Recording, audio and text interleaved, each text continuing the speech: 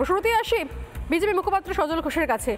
সজলবাবু, এত স্বাধীনতা সংগ্রামী ছিল এ রাজ্যে তৃণমূল কংগ্রেসে, যখন তৃণমূল কংগ্রেস করতেন তখন জানতেন, নাকি এখন দেখতে পাচ্ছেন, এখন রিয়েলাইজ করতে পারছেন সজলদা? না, প্রথম যে এত বড় বড় বিপ্লবী স্বাধীনতা সংগ্রামী ভদ্রলোক, বাঘের বাচ্চা, আমি জানি না বাঘ কবে বাড়ি এসেছিল ওদের, এই যে পুরো সামগ্রিকভাবে এই পুরো এত পদ, এত সমস্ত কিছু এদের দলের ভেতরে যে এত সুপ্ত, এত মানে কি বলবো প্রতিভা ছিল, সেটা সত্যিই আমরা জানতাম না।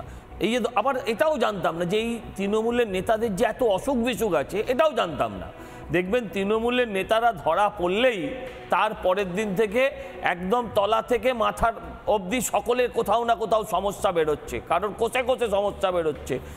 অতএব এগুলো সত্যিই আগে জানতাম না। ইডি সিবিআই না থাকলে পরে আজকে এটাও জানতে পারতাম না যে শাহজাহানের মতন একটা গরু চোর, কয়লা চোর, হিউম্যান ট্রাফিকিং, ড্রাগস নেই এমন কিছু নেই, করে না এমন কিছু নেই টাকার জন্য, সেই লোকটা এবং খুন করে দেহ লোপাট, এই অভিযোগও যাদের বিরুদ্ধে আছে তাদের সঙ্গে এখনও বিশ্বাস করি, এখানে দাঁড়িয়ে আমি একটা পার্টির মুখপত্র হয়েও আপনাকে বলছি, এখনও মানুষ বা আমরাও বিশ্বাস করি যে তৃণমূলের সবাই চোর হতে পারে, কিন্তু বলি বটে, কিন্তু ওই দুটো একটা লোক হয়তো এখনও চোর নয়।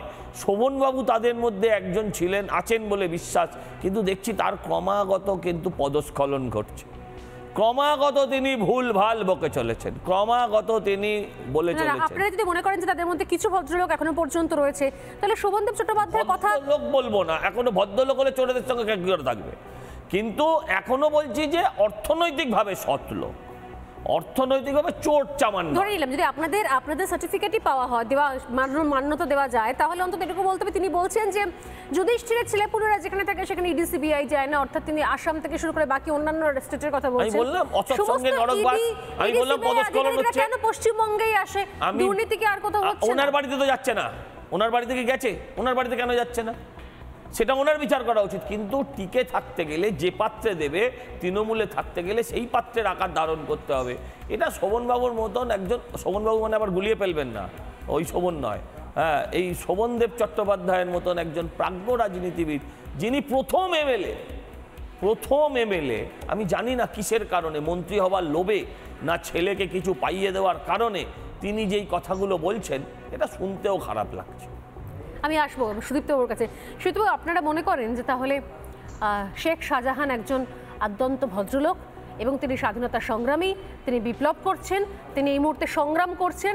আমি জানি না ব্রিটিশ কারা, কিন্তু এটুকু স্পষ্ট যে ব্রিটিশ যেরকমভাবে স্বাধীনতা সংগ্রামীদের খুঁজে পায়নি, সেভাবেই ঠিক কোনো অজ্ঞাত কারণে শেখ শাহজাহানকে খুঁজে পাওয়া যাচ্ছে না। জানি না তিনি কোন বিপ্লব করছেন আড়ালে থেকে।